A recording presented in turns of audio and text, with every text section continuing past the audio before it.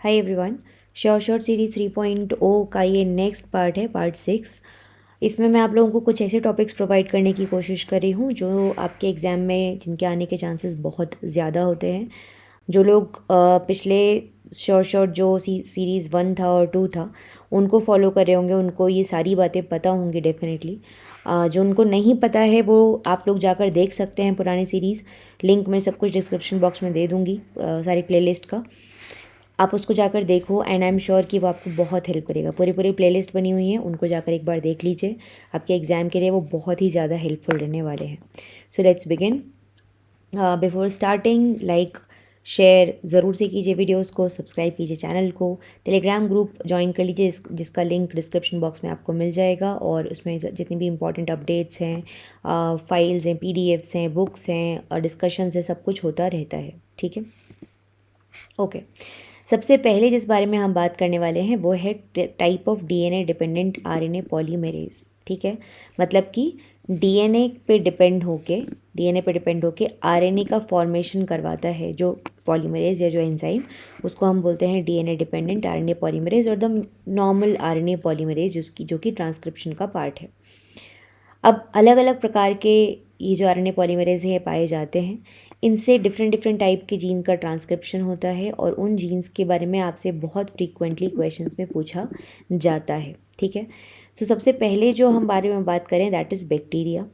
RNA polymerase वहाँ पे एक सिंगल एंजाइम है और वो सारे के सारे जीन्स के जो रिस्पॉन्सिबल है ट्रांसक्रिप्शन के लिए।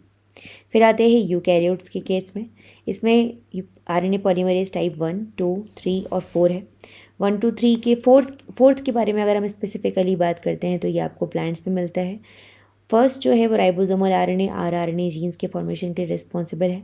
RNA polymerase 2, mRNA, SNO RNA मतलब स्मॉल न्यूक्लियोलर आरएनए, सम एसएन आरएनए मतलब स्मॉल न्यूक्लियर आरएनएज, एमआईआरएनएज वगैरह के ट्रांसक्रिप्शन के लिए रिस्पॉन्सिबल है।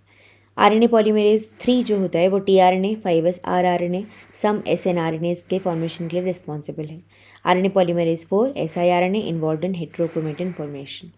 फिर आ जाते हैं जो अर्निली के स्पेसिफिक आरएनए पॉलीमरेज हैं उनके बारे में, जैसे कि mitochondrial RNA polymerase mitochondrial genes के ट्रांसक्रिप्शन के लिए रिस्पॉन्सिबल होता है। और chloroplast RNA polymerase multiple both chloroplast and nuclear encoded, ये क्लोरोप्लास्ट के जीन्स के लिए रिस्पॉन्सिबल होता है।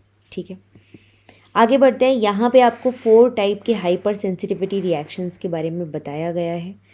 एक्सट्रीमली एक्सट्रीमली इम्पॉर्टेंट है ये। ठीक है, आप यहाँ देख सकते हो।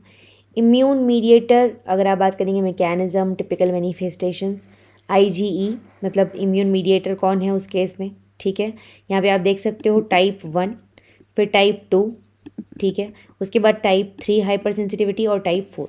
टाइप 1 को हम बोल रहे हैं एलर्जी और एटोपी। टाइप 2 को हम बोल रहे हैं antibody mediated hyper sensitivity. Type 3 को बोला जाता है immune complex mediated hyper sensitivity. और टाइप 4 है डिलेड टाइप हाइपर सेंसिटिविटी। जब भी कभी एलर्जी का नाम सुनते हो तो आपको सबसे पहले जो इम्यूनोग्लोबुलिन याद आता है दैट इज़ इम्यूनोग्लोबुलिन ई, मतलब कि आईजीई। तो यहाँ पे इम्यून मीडिएटर का काम कर रहा है इम्यूनोग्लोबुलिन ई।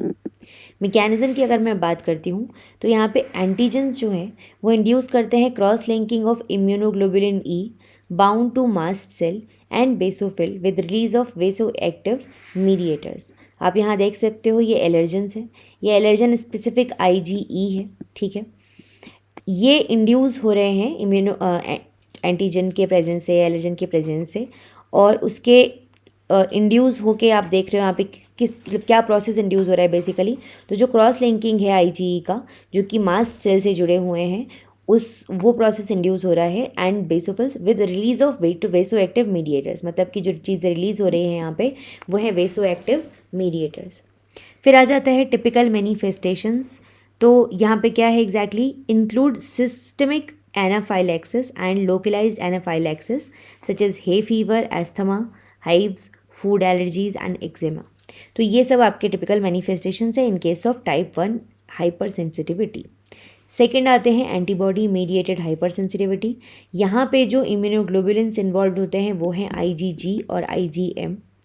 यहाँ पे मैकेनिज्म में अगर हम बात करते हैं तो antibody directed against cell surface antigens mediates cell destruction via complement activation और ADCC। मतलब कि यहाँ पे जो भी एंटीबॉडी डायरेक्ट हो रहे हैं सेल सरफेस, मतलब directed against cell surface antigen, जो भी उसके अगेंस्ट डायरेक्टेड है, मीडिएट सेल डिस्ट्रक्शन, उसके कारण अल्टीमेटली वो सेल डिस्ट्रक्शन के प्रोसेस से मीडिएट कर रहे हैं। कैसे? या तो कॉम्प्लीमेंट एक्टिवेशन के थ्रू या ADCC के थ्रू। टिपिकल मैनिफेस्टेशंस वापस से blood transfusion reactions, erythroblastosis fetalis, autoimmune haemolytic anaemia etcetera. फिर आते हैं type 3, immune complex mediated hypersensitivity. यहाँ पे इम्यून कॉम्प्लेक्स जो है वो मीडिएटर का काम कर रहा है।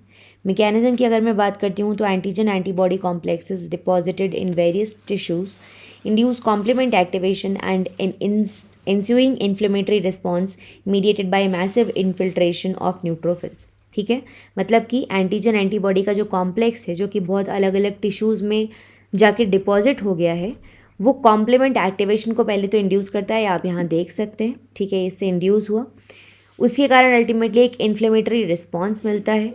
ठीक है, और ये जो रिस्पॉन्स है ये कैसे हो रहा है? क्योंकि जब न्यूट्रोफिल्स इनफिल्ट्रेट कर रही हैं वहाँ पे, उसके कारण आपको ये अल्टीमेटली जो इन्फ्लेमेशन का रिस्पॉन्स है वो देखने के लिए मिलता है। यहाँ पे अगर हम बात करते हैं तो includes localized Arthus reaction, generalized reaction जैसे कि serum sickness, necrotizing vasculitis, glomerulonephritis, rheumatoid arthritis, systemic lupus, erythematosus. ठीक है, फिर आते हैं टाइप 4 हाइपर सेंसिटिविटी पे, that is delayed type hypersensitivity. यहाँ पे जो इम्यून मीडिएटर है वो है टी सेल्स। मैकेनिज्म अगर हम बात करते हैं तो सेंसिटाइज्ड टी सेल्स जो होती हैं, that is TH1, TH2 and others, they release cytokines. तो ये साइटोकाइन को सबसे पहले रिलीज़ करते हैं। आप यहाँ देख सकते हो कि सेंसिटाइज्ड टी सेल थी, इसने साइटोकाइन को रिलीज़ किया। ये साइटोकाइन जो है ये एक्टिवेट कर देते हैं मैक्रोफेज को। यहाँ पे आप देख सकते हैं मैक्रोफेज एक्टिवेट हो चुका है, या फिर ये TC सेल्स को एक्टिवेट कर देते हैं, जो कि डायरेक्टली जो सेल डैमेज है उसमें प्रोसेस में मीडिएट करते हैं।